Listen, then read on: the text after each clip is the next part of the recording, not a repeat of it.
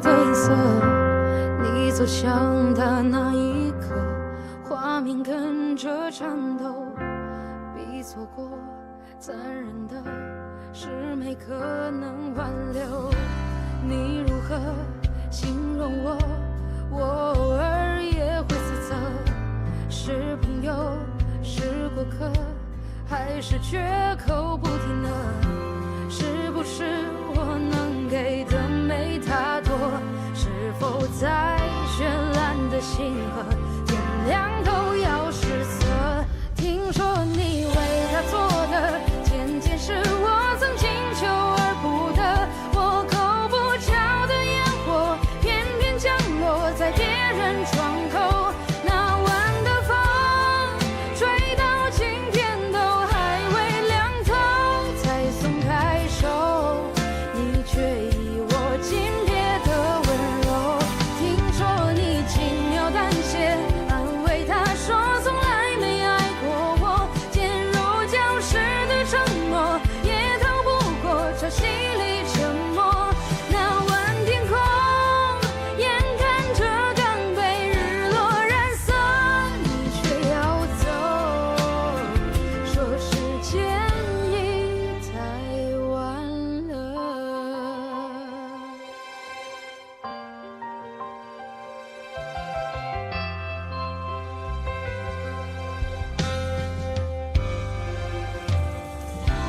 你如何形容我？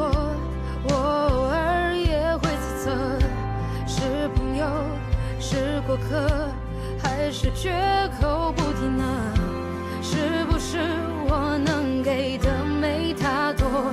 是否在绚烂的星河，天亮都要失色？听说你为他做的件件事，我曾经求而不得。我口不巧的烟火，偏偏降落在别人窗口。那晚的风吹到今天都还未凉透，才松开手，你却以我紧别的温柔。听说你轻描淡写安慰他说从来没爱过我，渐入礁石的承诺也逃不过潮汐里沉默。那晚天空眼看着刚被日落染色，你却要走，说时间已太晚了。听说你轻描淡写安慰他说从来没爱过我，渐入礁石的承诺也逃不过潮汐里沉默。那晚天空眼看着刚被日落染色，你却要走，说时间已太晚了。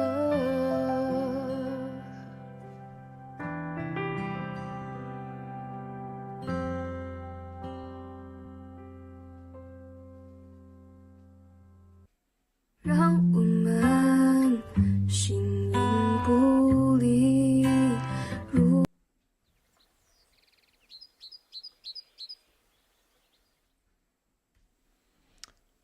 Hey everyone, welcome to the live stream today. Today I'm going to talk to you guys about a bunch of different really interesting stuff that I did while I was in China. And the reason I wanted to talk about all this stuff is because I think anybody that wants to learn Chinese is focused on their dream outcome. When they're able to speak Chinese, what kind of things will they do? And so what I was hoping to do today was share with you some of my experiences from over a decade in China, and then get into how you guys could potentially do the same. Because I think at the end of the day, with a big project like Mandarin acquisition that requires daily consistency, you have to have a good why at the center in order for you to stay with it, even when you're not as motivated as you are at the beginning. Many people, when they start learning a new skill, especially one as complex as the Mandarin Chinese language, they'll have a lot of motivation at the beginning, but that motivation won't stick. They won't be able to stick with it long enough to see it through. And so therefore you need a strong enough why. And I thought, you know, if I show you some of the things that I was able to do after learning Chinese, it might be inspiring for you guys and also give you that ability to create a habit out of it. If you are able to become a Chinese learner as your identity, then getting the motivation to study every day isn't really necessary because it just becomes as much of a habit as brushing your teeth. You just do it because it's just a part of who you are. So with that in mind, I thought it would be great to go through some of these photos. I collated all these photos that cover from a range of like 2011 to 2022 when I left China, and even some after, because there are some things that do relate to that. And what I figured we could do is just go through them and add some, like, basically what I want to do with this is categorize all of the experiences, because a little bit of this is prep for a new webinar we're putting together. And one of the things I like about YouTube live streaming to an audience like the Mandarin Blueprint subscribers is that the live stream can sort of serve as a chance to interact with you guys, find out what you find interesting, and be sort of a prep time. And then we can put together, you know, a more polished, better edited presentation for a later time. And in the meantime, you guys can get involved and be the people who help put it together. So with that in mind, let's take a look at some of the photos here. I put them in kind of a random order. So yeah, here we are. This is a picture of me and my band, and we are on top of the Wangfujing building. Oh, by the way, I'm going to start this timer. And so here's what I'm going to do. I'm going to talk through the different photos and talk about the different doors that learning Chinese opened for me while I was there. And every 10 minutes, I'm going to stop for 5 minutes and look at the chat, interact with you guys. But I think it's very easy with a live stream to get distracted by the chat, and I'd rather just be compartmentalized. Like, I'll take 10 minutes, go over the topic of today's, live stream, and then take 5 minutes and go into the chat. So during this 10-minute period, don't think I'm ignoring you. I'm just waiting to go to the chat when we get to the end of that timer. So hopefully that makes sense. And so, yeah, taking a look at this particular photo, this is on the left here is Mark, this guy I've probably played more gigs with him than anybody else. And speaking of, I'm a drummer. So I've played probably 200 plus gigs in China. So we're talking about doing things like playing weddings, corporate events. We've gone to a bunch of different events for various community outreach programs or promotional events. For example, one time we played in Huanglong, which is in northern Sichuan. And in northern Sichuan, you can find the Zhoujiaigou famous scenic spot. It's got those colored lakes. I think I have some photos of it in here. And Huanglong is nearby, and they have these turquoise pools that naturally form from the mineral sediment. And so the tourism board in northern Sichuan wanted to do an event, and they had our band play there. And so that's just like one example of a thing I was able to do.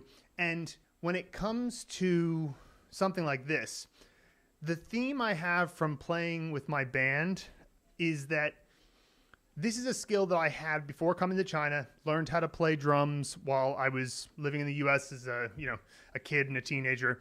Got pretty good, but it wasn't something that I could pursue professionally in the US because it was too competitive, and it was the kind of thing where even though I liked the idea, I knew that the cost of just being even in consideration for gigs that had a decent pay so that you could make a living off of it was just massive. Like, the most successful drummers in the world, in the jazz drumming world, which is what I do, are like, a middle-class income. And that's the very, very best of the best.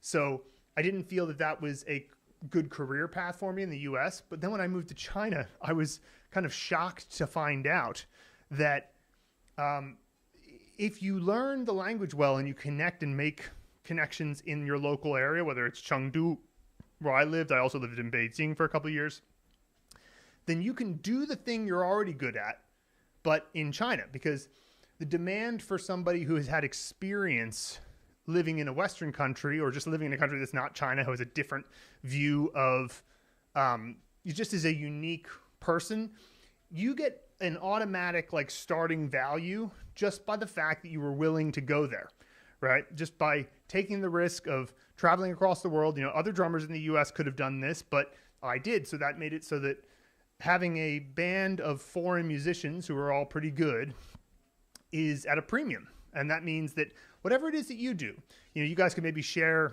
in the chat if you have any skills that you think might be applicable to do in China. Because the strange thing is, there's this sort of advantage that can happen. I've talked to my buddy Scott about this a lot. His pictures are in here somewhere, so I'll show you that. But because China has created this sort of walled garden of the internet and the way that they do the kind of they have everything is their own. They don't have Google, they have Baidu. They don't have WhatsApp, they have WeChat, right? There's all these different Chinese versions of things. And so therefore, a lot of times, if there's some new kind of software or item or like job demand, you can do it in China because they don't have access to the Western version. Now, obviously that creates a lot of problems economically, and it explains a lot of the trade tensions between the countries, because the West looks at it like, well, hey, you know, we had companies that built this stuff and you guys then created your own company, and we can't sell to the the 1.4 billion Chinese people, but they can by essentially stealing our idea and oftentimes making it better, because the Chinese are very good at iterating on creative ideas. But the other side of that coin, though, is that if you travel to China, you suddenly become highly in demand because you can use sort of the things you've learned in the West and the skills you've built in the West and apply them to China. And I booked for my band probably, you know, of the 200 plus gigs I played there, I booked probably 175 of them. Occasionally I would have another member of my band book a gig.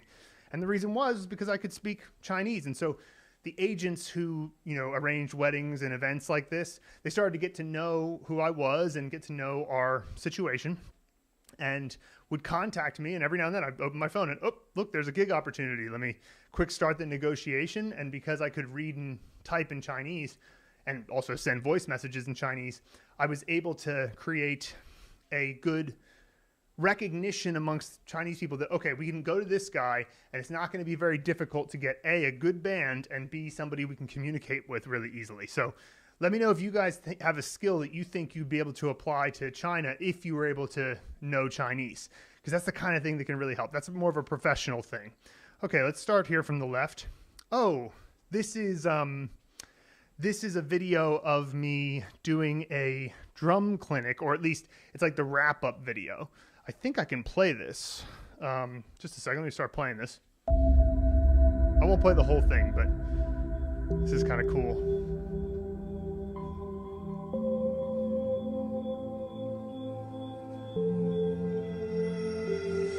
There I am with my buddy Jason, also a drummer. This is when we were preparing for the performance, I believe.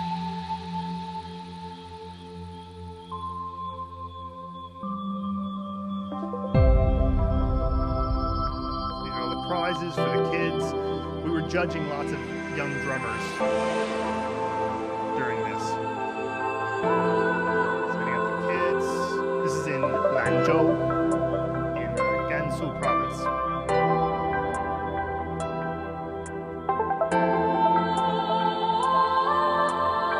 Skip ahead a little bit here.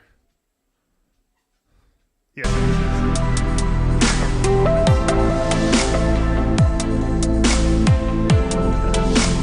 this is you know, one of the things that happens when you go to China is things happen you never thought were even possible. You know, I'm going here with a buddy of mine, and we are the featured drum clinicians, essentially. We were the judges for the kids, and, you know, we gave a performance. I gave a little speech to them in Chinese about the persistence of practice and sticking with it and all that. And, you know, I could have never imagined doing something like this. And, you know, I'll just sort of, you know, go through here. You can see all the kids, and this is the moment like when we were judging and stuff. And you can see it was a big group of drummers. There was another thing I learned from this particular performance was that, this is Gansu province. This is not like Zhejiang near Shanghai and, Hebei right outside of Beijing. This is like in the middle of the country. And yet it's a sign of the economic growth of the country, essentially, because when you think about it, like if your country is very, very poor, then how are you going to have time for your kids to learn something like the drums? Like that's kind of something you need. You need to have a slightly more developed economy to take on hobbies like that and take on the expense of buying a drum kit and paying for drum lessons and all of that. And yet this place that is not in the richest part of China was holding drum clinics. And I thought that was really quite magnificent there. And so, we had this experience doing this drum clinic, and I'll never forget it. This was in 2018, I believe. Yeah. And so, these kids, they just did such a great job. There were lots of performances, and this is like at the end when we were doing this big performance, the three of us, so much fun. And it's kind of a shame that they only did like this background music for the whole time and never actually showed the sound of the performance. But so that's one that I thought I could share with you. And that's an example of the type of thing that can happen when you learn Chinese. So, learning Chinese is a commitment, but when you stick with it, things will start to happen that you never imagined, like playing in a band or, running a drum clinic. Of course, it'll be different for you. What I'm just saying is that the opportunities that arise are so surprising, and you'd be very surprised about that. So that wraps up the first bit here. I'll focus on the chat for a few minutes and see how it's going. So let's see here. Pantha says, your videos are great. I am always wondering why people aren't flipping out for them learning Chinese. I'm loving it. I'm glad you're enjoying it. That's awesome. Let me see if I can make this a little bit. Can I make this larger? Yeah, there you go. I bet you'll be able to see that better. Okay, cool. So wondering why fewer people aren't watching. Well, I mean, that's interesting, Pantha, because from my perspective, we've had a lot of success over the past year. I think in April of 2023 that we started to have some YouTube videos that did well. We had a YouTube channel for like 4 years or something like that. But we weren't really too focused on it. It was the kind of thing, it was more of an afterthought, because unlike many other companies or people who run YouTube channels, we built a product first, and because we wanted to solve this problem we were having with learning Chinese, and we realized that the way that we were teaching Chinese and learning Chinese ourselves is different than what we could find anywhere. Like when you can't find the solution to something you need and you've put something together, you go, well, we should put this together and do a product and sell it. So we made the product first, and then we were like, okay, we have this product, and of course we still are constantly working on it, but we were like, okay, we have this product. How can we now market it? And we're like, I guess we just have a YouTube channel, and we would just put like clips from our podcast on it, which we no longer do the podcast in that way anymore, but we would just put the occasional thing, but it wasn't like, I am walking on a treadmill, the moonlit Mistral, little walking pad. And we decided that it was finally time for us to start paying attention to YouTube and like really work on it. So to your point, Pantha, we had 5,000 subscribers at that point, and now we have, 87,000 or so. By the way, help us get this blank space in the wall. I want to put that little YouTube thing that when you get 100,000 subscribers, I want to put that on the wall in that blank spot there. So, you guys can help us with that by subscribing. Hooray. All right. So, So let's see here. What about programming, Pantha asks. I feel like Chinese people have enough programs. There are certainly a lot of programmers in China, although I will say programmers love our course, the Blueprint. And even that, you can be very appreciated in China as a programmer for the different type of creative thinking. Like, China is not lacking for hard work. It's not lacking for learning things that have already been explained. It does have a lack of the type of environment that facilitates creativity.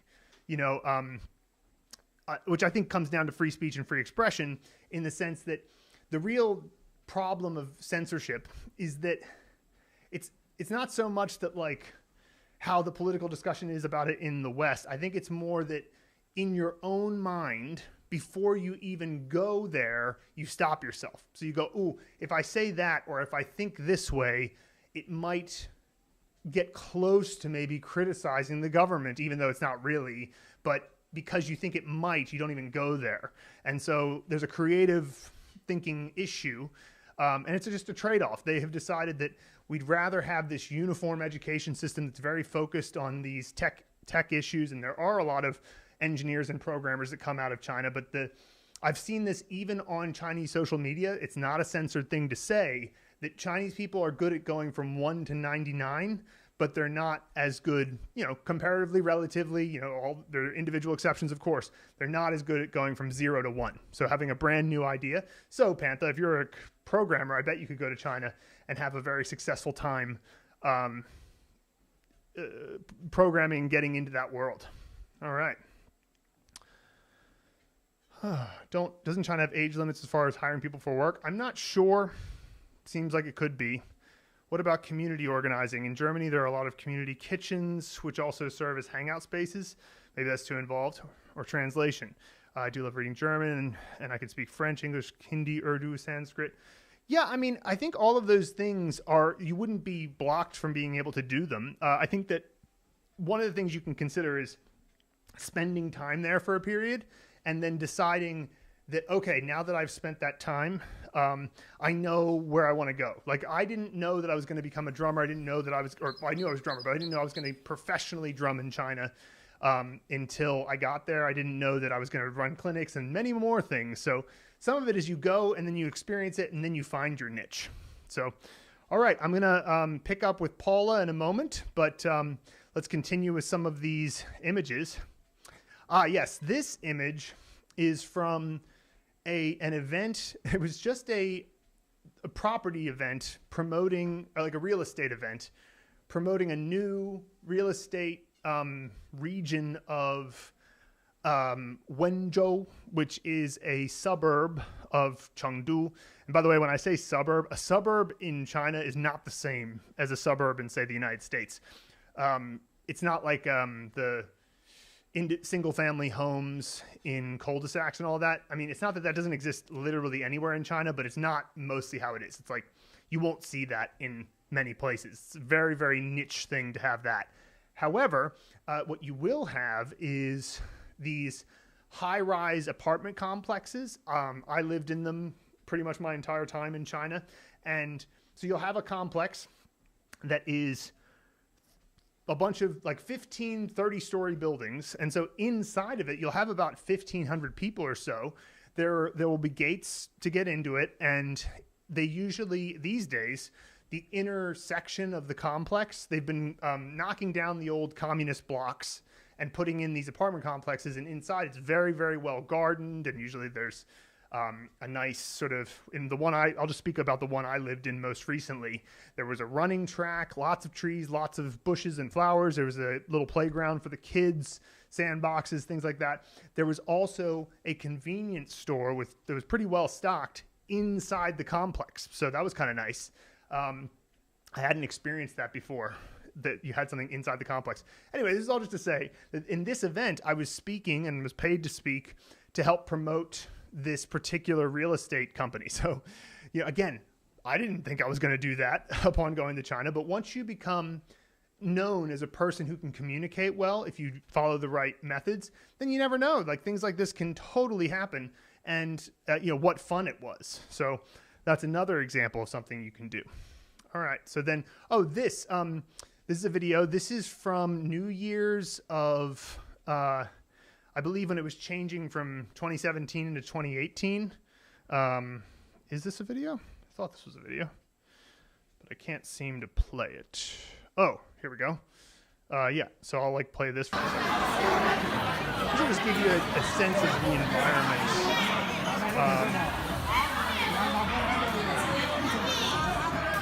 Oh wait, you know what? I don't think this plays. I'm actually not sure. Oh no, that is. This is in Leshan, Leshan is where the that giant Buddha is. If you've ever seen it before, I'll show you guys the Leshan Da Fo. So this thing is massive. This is in Leshan, which is about 2 hours south of Chengdu, but with the high-speed rail, it's about an hour, even less sometimes.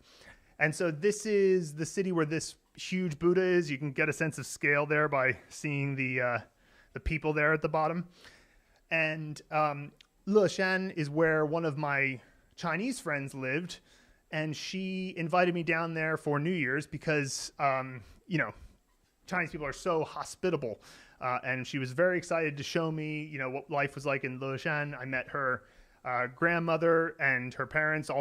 Everybody all lived in the same apartment, and it was just a lovely experience to see life in this area. So the thing I was showing you there, that video, was the scene as we were about to eat a big leg of lamb, and they had this big tent, and just all of these people knew each other. Actually, it was all family friends of my friends' parents. So yeah, that was a lovely time, and you'll experience things like this if you learn Chinese and go to China, spend some time there, and get involved with your Chinese friends. And like, if there's a holiday coming up, what are you doing? Like, what's happening? And I bet you if you just ask a little bit about it, they'll be happy to invite you around. So that's that's one about, I guess you would call this one an experience, like a cultural experience that I had as a result of being able to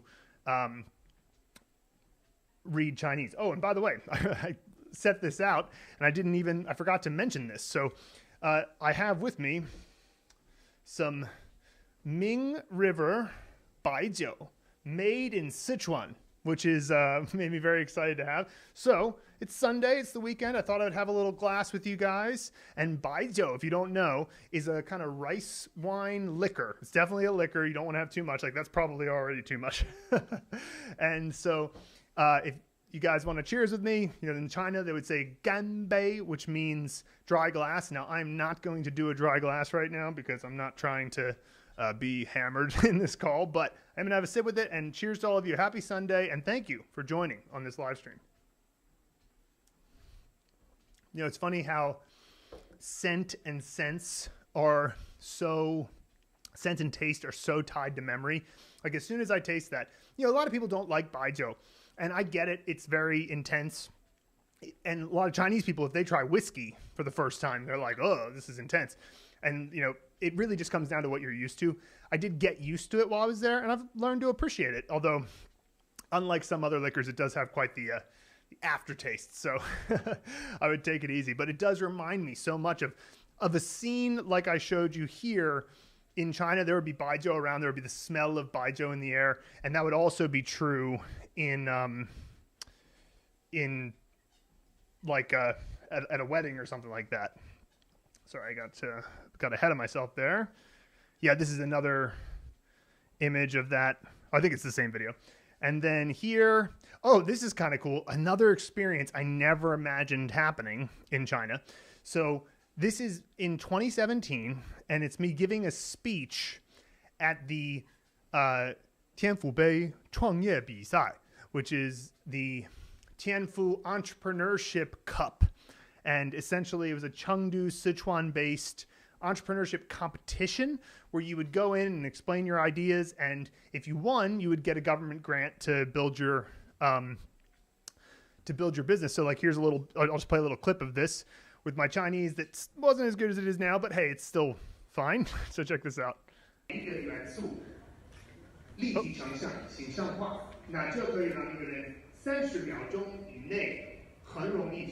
hear that? I don't know why, this just is really coming through really soft.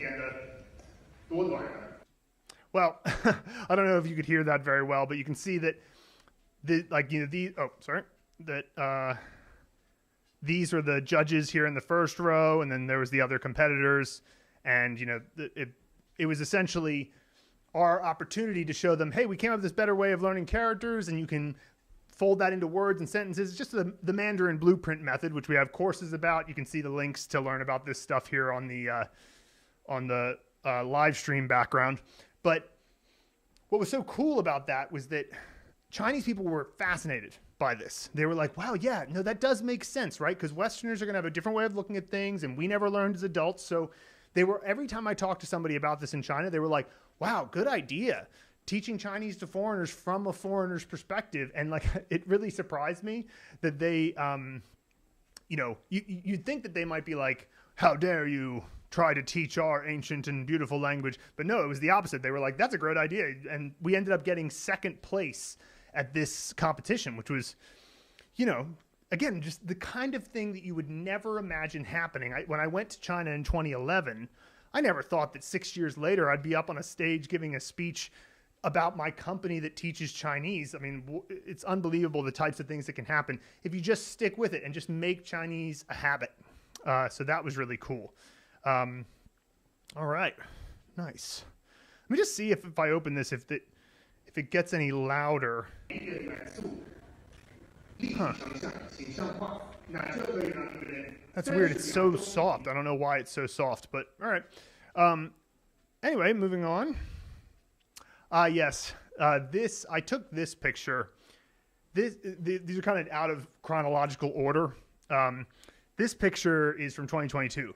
This was about a month before I left China, and I was running through a park in Chengdu, and they had this, of course, yin-yang Taoist path, and it just reminded me of what a wonderful experience it was living in Chengdu. I was feeling very nostalgic that day because I knew I was going to be leaving China, and I saw that, and I remember just thinking like, man, this place is awesome in so many ways,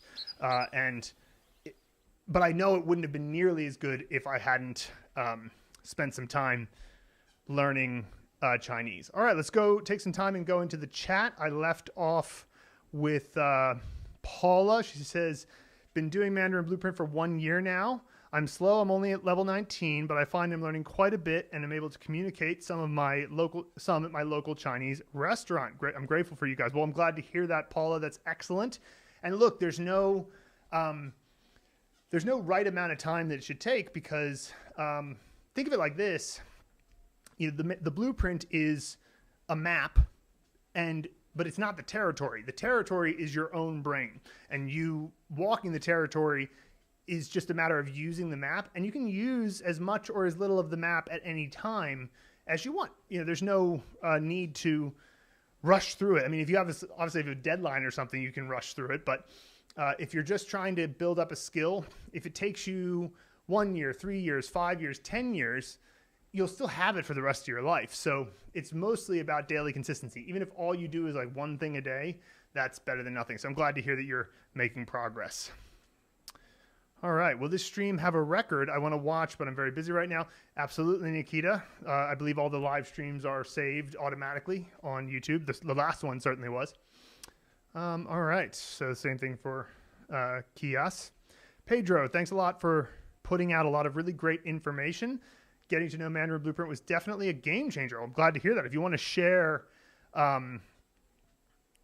if you want to share what was a game changer about it, I'd love to hear. But I'm glad to hear that.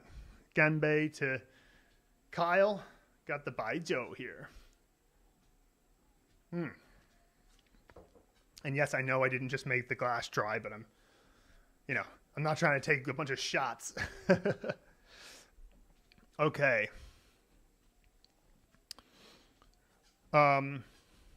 Let's see here. You were still so good even in 2017. Oh, thanks, Nikita.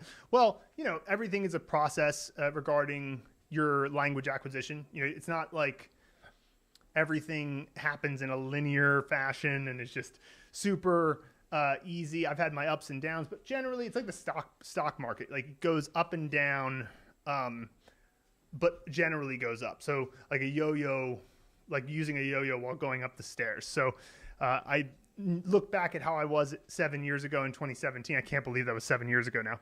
and I think, oh, I'm so much better now. But then again, you know, I've also been back in the U.S. Well, I should say not in the U.S. I've been out of China for 2 years now. And even though I still input Chinese every day, sometimes I'm like, ooh, my spoken Chinese needs a little work. So I think I'll, just because it's not that I can't still speak Chinese and communicate. It's just that sometimes when you're not forced to use it every day in a spoken sense, then you can end up,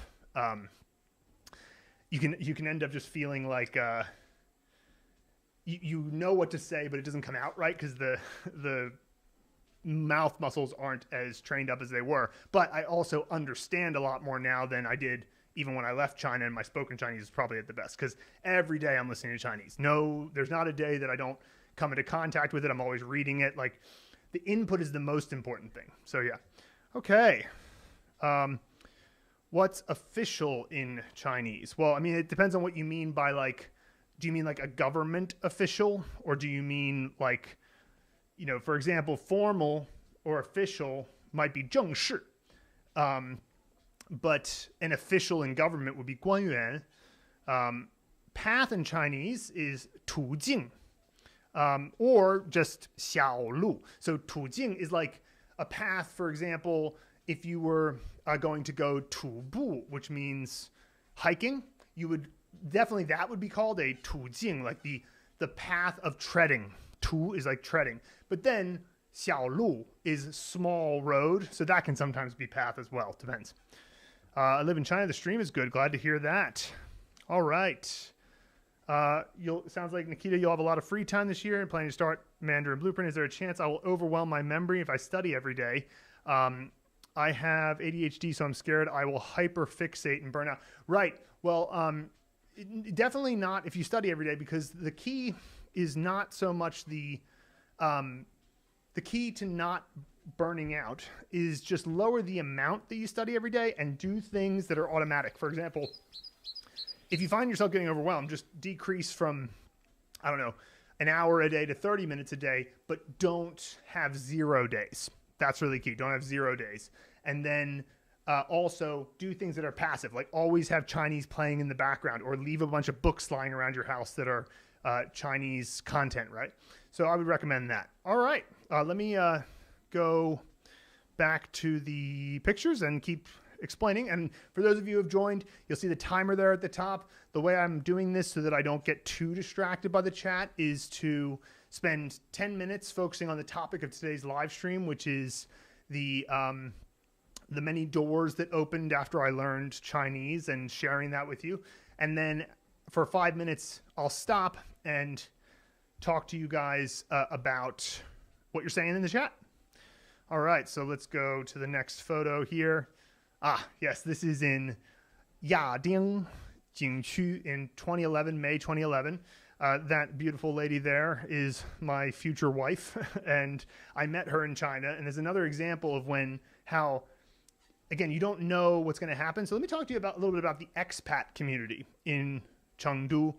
And any of you who are going to move to China, I'd highly recommend looking up the expat communities of where you live, where you're going to go. If you're going to go to Chengdu, which I would highly recommend, check out Chengdu Expat. It's run by a guy named Dieter and his business partner Harriet. And I don't know if she's still there, but I know that Dieter certainly is, and I think that Harriet's still there.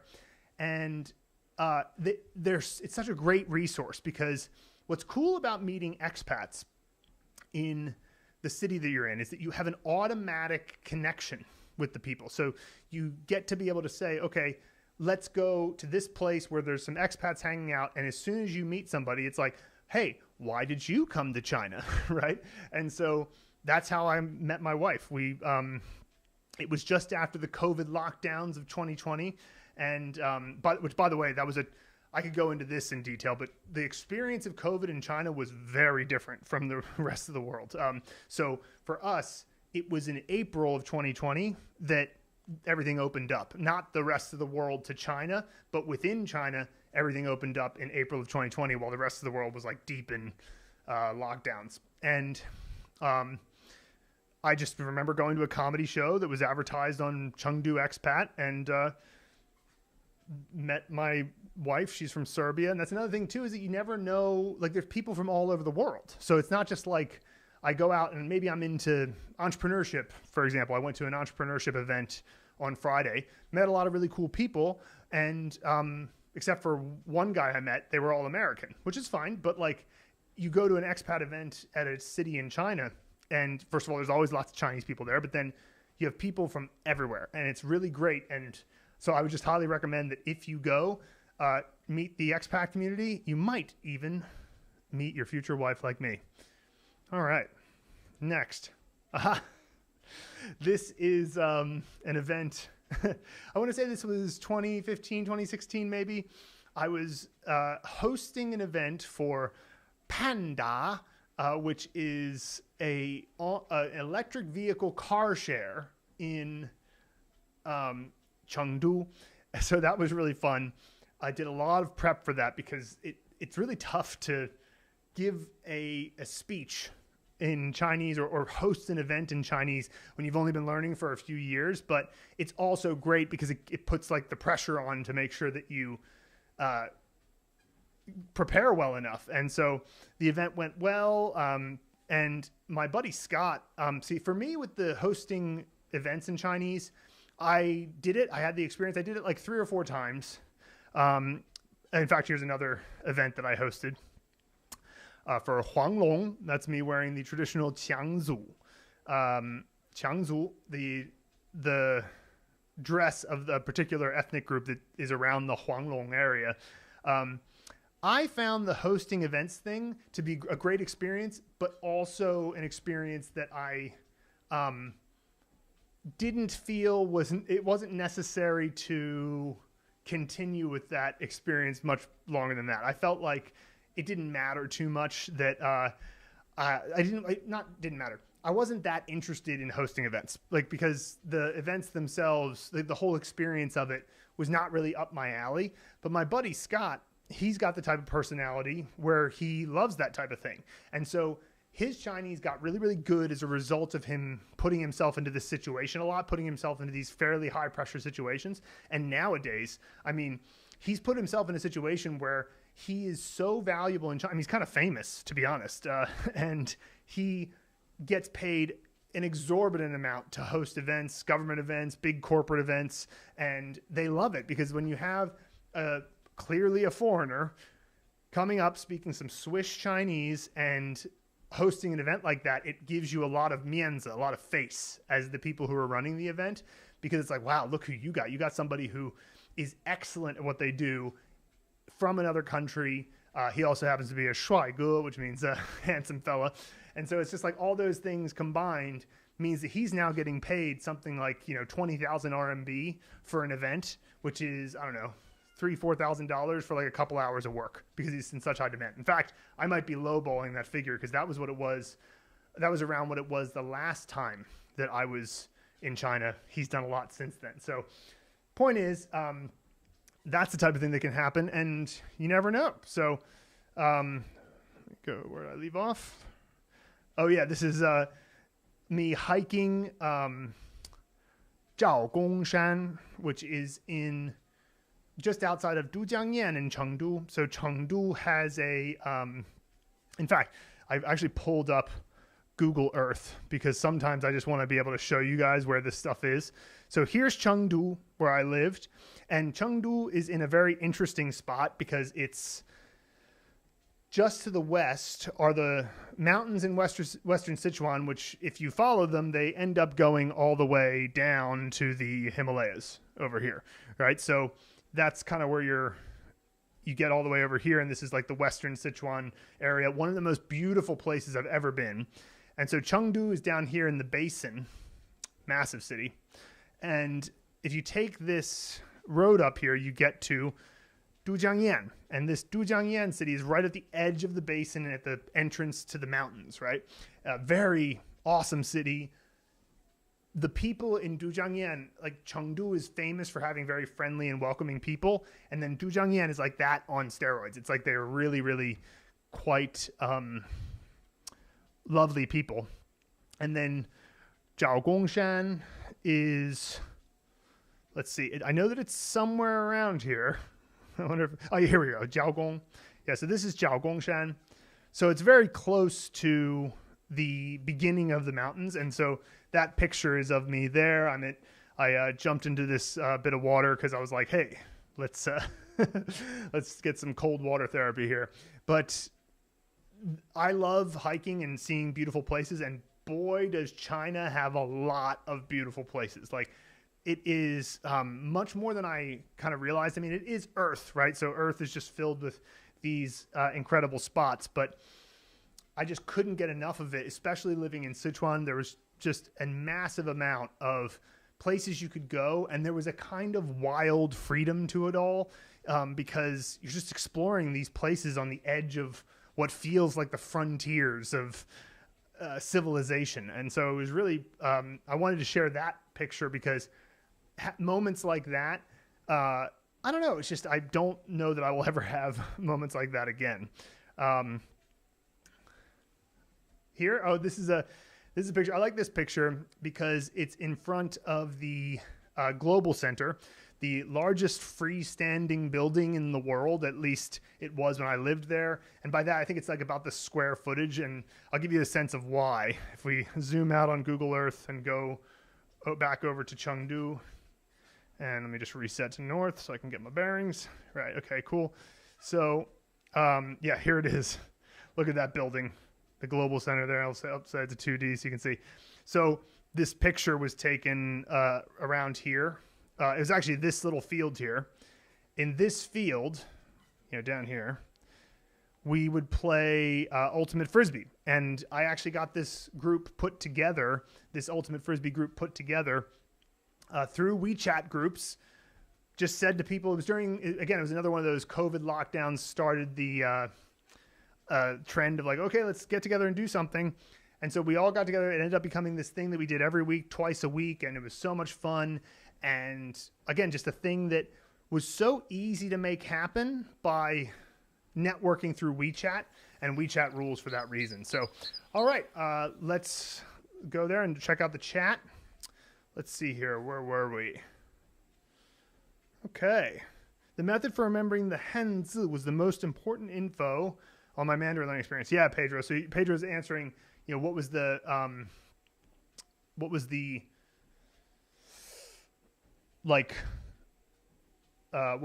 thing that made Mandarin Blueprint a game changer? And he said the method for remembering the henzi, which does make sense. The way that we teach Chinese characters involves mnemonics that allow for you to remember not just the character components, not just the meaning of the character, but also the pronunciation and the tone, the primary pronunciation and the tone of every character. And so what this means is that by learning that, you can then fold that in to compound words. There was a book we learned from called Remembering the Simplified Henzi, but the guy who wrote that, Professor James Heisig, didn't think that you could add in a pronunciation mnemonic at the same time. And so he never thought to okay, once they learn the characters, let's then teach them some words, and then you could use those words in a sentence, etc. Because from his perspective, he was like, well, if you can't learn the pronunciation, there's no point in going to words. You'll have to learn pronunciation separately. And so he kept his book entirely focused on remembering the character components and remembering the meaning, but there was no way to remember the pronunciation based on his method. We learned about the Maryland method by a guy, Sergey Gorodish, and we had an email exchange with him and said, hey, this method, it applies to the Heisig book, but could we make a new order of characters that uses your method? And he was like, yep, no problem. Happy for you to do that. I'm not going to do that. So go for it. And so we, with his good graces, we made our own order because, and by the way, I should explain, the Maryland method is a method for remembering the pronunciation of a Chinese character if you use the Heisig method, but there's still a lot of legwork you have to do if you do it that way. And so we wanted to take some of that legwork out by incorporating that system into one curriculum, but then also once you can learn the pronunciation, that unlocks the capability of being able to learn compound words of 2 or more characters. And by the way, most words in Chinese are 2 characters. it allows you to take those words and put them into sentences and make sure that those sentences are only comprised of characters and words you already know. And then it allows you to put those sentences into paragraphs, opinions, dialogue, stories, graded readers of all kinds with only characters and words that you already learned. So it's an integrated system that focuses on characters first, ensures that you remember them, and so it makes it like, I don't know, 3 to 5 times faster than the way they do it in university, which I went to university. I got a degree in Chinese. Their system is lacking. It's pretty lacking. So with that in mind, I wanted to, let me just continue. Okay. Thanks for the advice from Nikita. Paula says, funny, I was in a Taiwanese bakery the other day, and the guy there asked me if I'm from Guangzhou. It made me wonder how I really sound, LOL. I did finish pronunciation mastery. Great. Well, just keep working on it, Paula. I would recommend that you take the Mandarin Speaking and Listening Kickstarter course, which is... it's a listen and repeat audio course that goes over the basics. And you may already know a lot of the basics that are taught in that course, but I would recommend it because the Mandarin Speaking and Listening Kickstarter will allow you to apply the principles of pronunciation mastery in a kind of like go to the gym for your mouth type of way. So I would highly recommend that. Next we have Hula says, hello. Hello, Hula. Ni hao. Martha B. Hello. Do you recommend listening to Mandarin to beginners even when not understanding lots of what's being said? Yeah, this is a good question, right? Comprehensible input is indeed the way that you acquire a language, but being able to comprehend something requires a familiarity with the sounds. And so when you're a beginner, listening to Chinese content is still useful in the sense that it builds the possibility of understanding. Your brain is not used to distinguishing between the different sounds of Chinese at first, but if you have it on all the time in the background, what's happening is your brain is starting to recognize the different sounds and get used to them, get used to the different sounds of the language. And then if you do things like use the immersion files from the Mandarin Speaking and Listening Kickstarter or listen to podcasts from Slow Chinese, then you start to get better and better at distinguishing the sounds. And by distinguishing the sounds, you end up being able to start to comprehend more, and that's when you start getting comprehensible input. And when you get comprehensible input, that's when you really start to acquire the language. All right, so we're finished the chat section here. Let me go back to the photos for one more round. I'll do one more round of sharing some of the doors that opened for me while I was in China, and then I'll do one more round of the chat, and then we'll wrap it up for today. So, and again, cheers to all of you. Got the Baijiu here, and thank you all for joining today.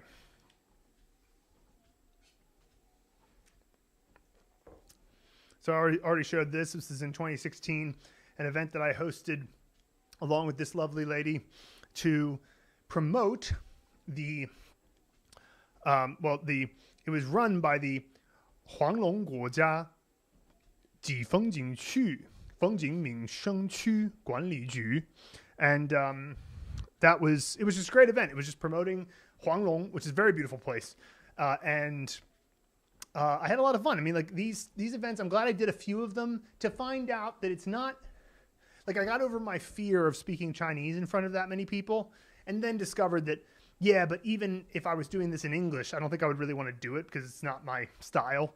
I'm not like the type of guy who's like, let me host events, right? So, but I did it enough times to know that the reason I didn't want to continue pursuing that and that I'd rather pursue other things was not out of fear. It was out of lack of interest.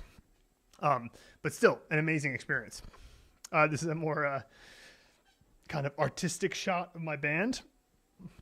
Night Shift, all still friends to this day.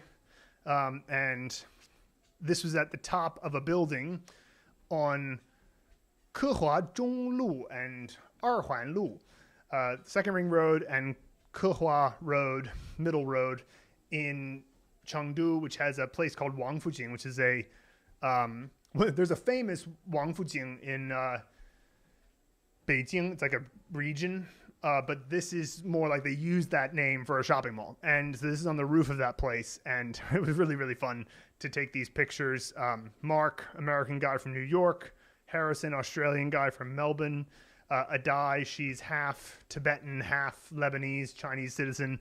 And Nelson, Nelson is a buddy of mine who I met in 2008, heard about my life in China, and came to China in like 2015, I want to say. So he's the man. He's still there. And Harrison is still there in Shanghai. And Adai's Chinese, so she's still there. Mark, I believe, is in Thailand now. So these guys all still friends, played beautiful music with them for years, made lots of money playing music with them, which was great. And again, massive doors were opened just by the fact that I could communicate directly with the Chinese agents. This is a hike in Tiger Leaping Gorge. In the background there is my buddy Andy, and it was his 40th birthday. Andy's from Birmingham, England. And we were celebrating this, and we went to this beautiful place in Yunnan, which again, I'll just give you a quick like little Google Earth here just so you get a sense of where it is. So first of all, Chengdu is in this part of China. So you see, Beijing up here, Shanghai over here, Chengdu's down here.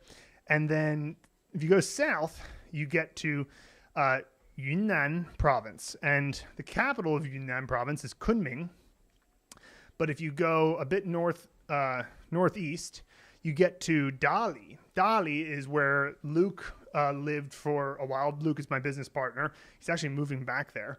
And a beautiful place. This lake, Arhai, and the mountains surrounding it. I mean, Dali rules. I would, if you ever get a chance to go to Yunnan, go there.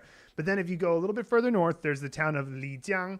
And then you go out here to this river that leads to, I believe, is this it? Sometimes it's hard to recognize these things from just the satellite imagery, but I do know that generally around this area is, see, which peak is this? It's not showing me.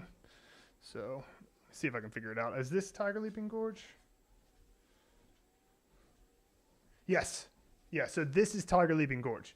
And Tiger Leaping Gorge is, genuinely one of the most beautiful places I've ever been. As you walk through here, there's a path that goes along.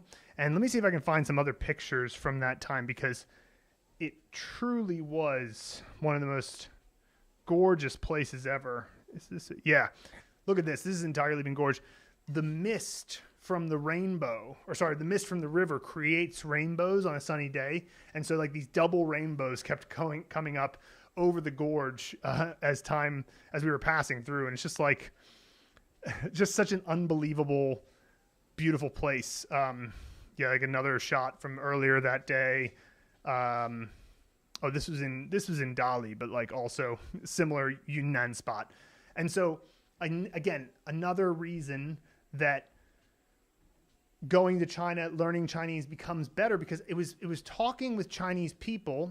And it's not that you can't do your own sort of research in this type of thing. Oh yeah, another great shot of Tiger Leaping Gorge. It's not like you can't do your own research and find beautiful places, but when you talk to the Chinese people there, they'll give you the insight. They'll be like, oh, you could go to this place, but it's a bit of a tourist trap. Maybe it's worth seeing, but if you go here, just knowing the locals, they'll tell you that place is great and you can have this wonderful experience. And so again, learning Chinese opened the door to so many more travel experiences. Also, when you're traveling through a place like this, the ability to stop at a hotel, talk to the owner and be like, what's the situation down the path? If we go down this Tujing, how much longer do we have to go until we get to a place that has good enough accommodation? Or where can we get food? Or, do you guys have any food? Like there's just so many little things that are difficult to do if you don't know Chinese when you're in these places, because if you're in a major city, you can probably find somebody who speaks a bit of English. But when you go out into these rural areas, it's tough if you don't know any Chinese. So another door that opens is the travel life while you're there. And this is Qingdao, which is a city in the northeast, and a beach there in the summer. This was July of 2021. And So I just thought this was a very cool spot because you got the beach, you got the ocean, you got the city and the mountains all at once. So Qingdao overall to me was a bit of a tough place to spend time to live, but maybe it was just because we were in the middle of the summer, it was really hot, and it was just a bit of like a difficult time for other reasons, but still I thought it was a very beautiful spot of like mixing together the different elements of city, ocean, beach, and mountain all together. It's very cool. All right. So some other things that happened. This is Tazishan, which is Tazishan Gongyuan in Chengdu. This was near my house. I ran to it a lot. It was like a decent run, it'd probably be about 10K to run there and back, but absolutely beautiful park. And there's so many great parks in China, and the parks are excellent because senior citizens go there. They exercise together. They do little dances together, the square dancing, ayis.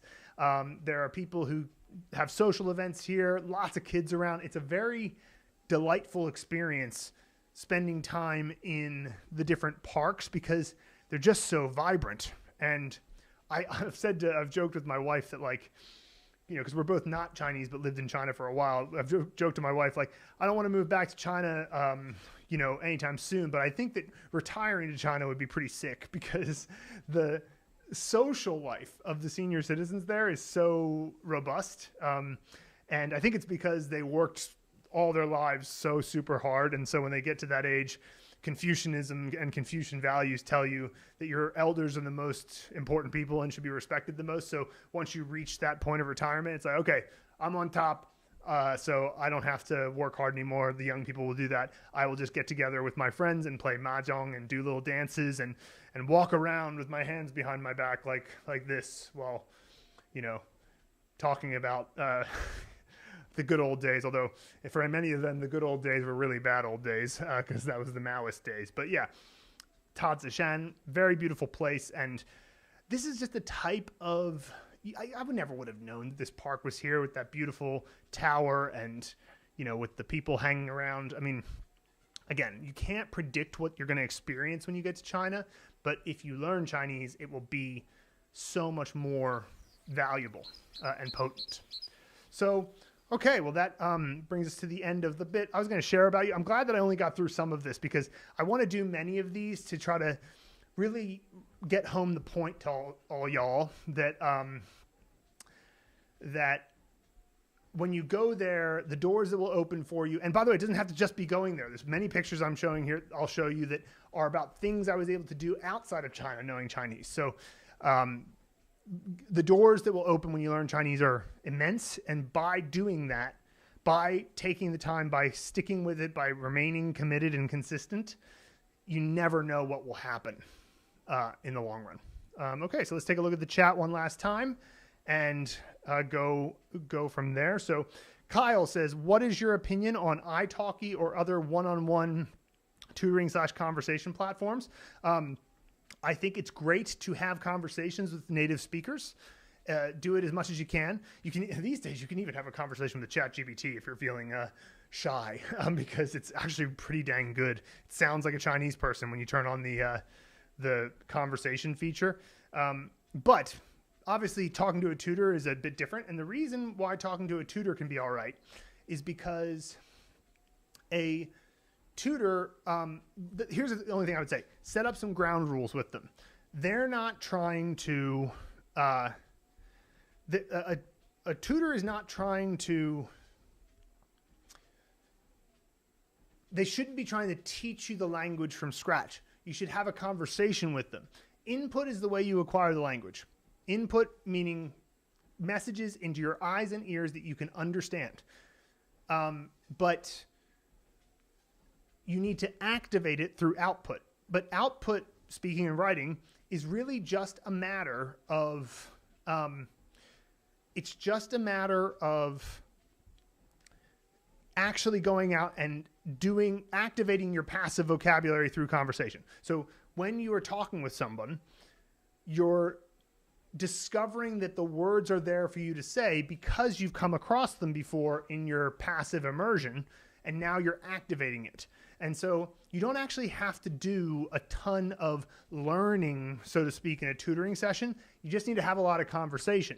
And we have some videos on our courses about the ways to make the most out of tutors. But my 2-second answer is that use an italki tutor if you want to trade some time for money, because you can totally use a language exchange app like HelloTalk or Tandem to get a language exchange for free, but you then have to spend, like, if you have an hour, you have to spend 30 minutes speaking English. So if you'd rather have the full hour all in Chinese, you can pay for it through italki. Plus the italki tutor will probably give you a review, like a document that shows you, okay, here are some of the words you could work on, here are some of the other things you can learn, and we'll go from there. So I'm going to stop the timer now, because we're not going to keep moving back and forth.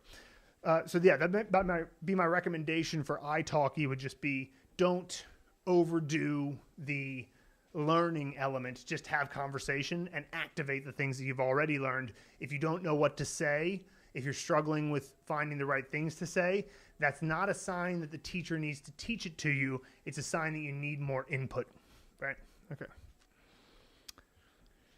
I'm not sponsored or anything, but I will recommend Migaku for anyone learning language. It's a great app, not only for Chinese, but other languages as well. It's a Google Chrome extension similar to Language Reactor, but also has built-in flashcard system that syncs across your devices. Migaku rules. I like it a lot. We recommend using Migaku in our Mandarin Immersion Masterclass, and I think it's great. We've actually talked about potentially doing a deeper like collaboration with them. It's complicated because it's just a lot of tech that would have to be involved in that, and there's a million things going on with Mandarin Blueprint at any moment. But I do love Migaku. Highly recommend it. Pedro, I'm very grateful for the work that you guys are doing. I would have given up for sure if I didn't find Mandarin Blueprint. I'm glad to hear that. I'm glad that you're finding success. This live is also great to keep my motivation up and pumped for moving to China next year. Fantastic. Yeah, I mean, I've definitely come to the conclusion that I think maybe Sundays is not the best time, because I did one of these the other day, and it had a lot more concurrent viewers, which isn't to say that I love just talking about Chinese, so it's no big deal. But I am going to keep doing these because I think that this is the type of thing that it ends up being the seeds of our more polished content. So if I talk to you guys about the things that we're thinking about here at Mandarin Blueprint and the ideas we're pursuing, and give you some updates and talk to you about the doors that open learning Chinese, and talk to you about simple Chinese phrases and how to learn characters and all that stuff, by doing a live stream first, I can talk to you guys about it as we're doing it, and then we can turn it into a more polished thing later. And so I think it's a great thing to do. And thanks for that feedback, Pedro. Amon says, I agree. HelloTalk is good. We have voice chats going all the time. You can build confidence. Absolutely. Yeah. Nice.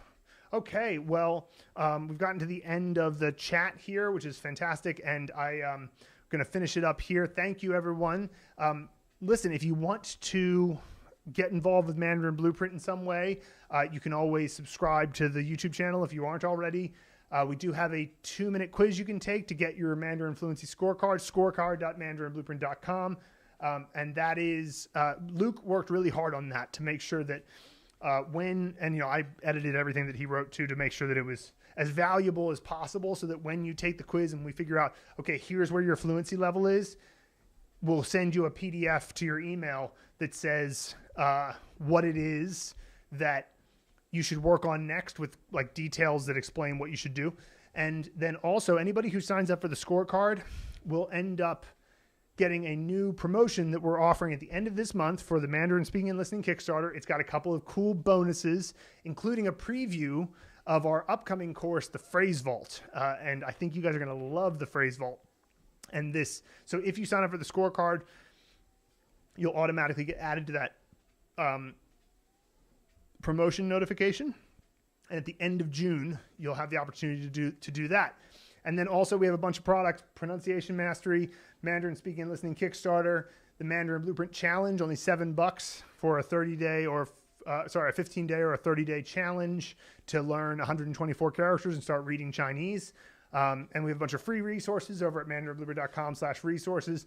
And of course, if you're ready to really get serious about Mandarin acquisition, the Blueprint is the best way. It is the most comprehensive patent pending curriculum that exists on the internet, period. Fluent U just did a review of it and said, it was funny, they said, there's nothing more comprehensive. It's a little bit expensive, but that's the only knock on it. And I thought, well, wait, isn't the most comprehensive course supposed to be the most, expensive? And that's kind of a weird word too, because, expensive compared to what? Compared to going to university? No, it's way cheap compared to going to university. So it's all in terms of the value it provides. We want it to provide at least 10 times the value of what it costs. And I think we can easily justify that by looking at what I did. I mean, I spent at least $20,000 on my Mandarin education, hard-earned money that I earned. Like, it wasn't like I was a trust fund kid or something. I was living in China, making my own living, and I was just working so hard to get that stuff done, paying for university degrees and all of that. And because of what we've done with the Blueprint, you don't have to spend nearly that level to get to university level Chinese in a fraction of the time. So, all right. Yeah. Wait there, are you working out at the same time as you do the live? You know what?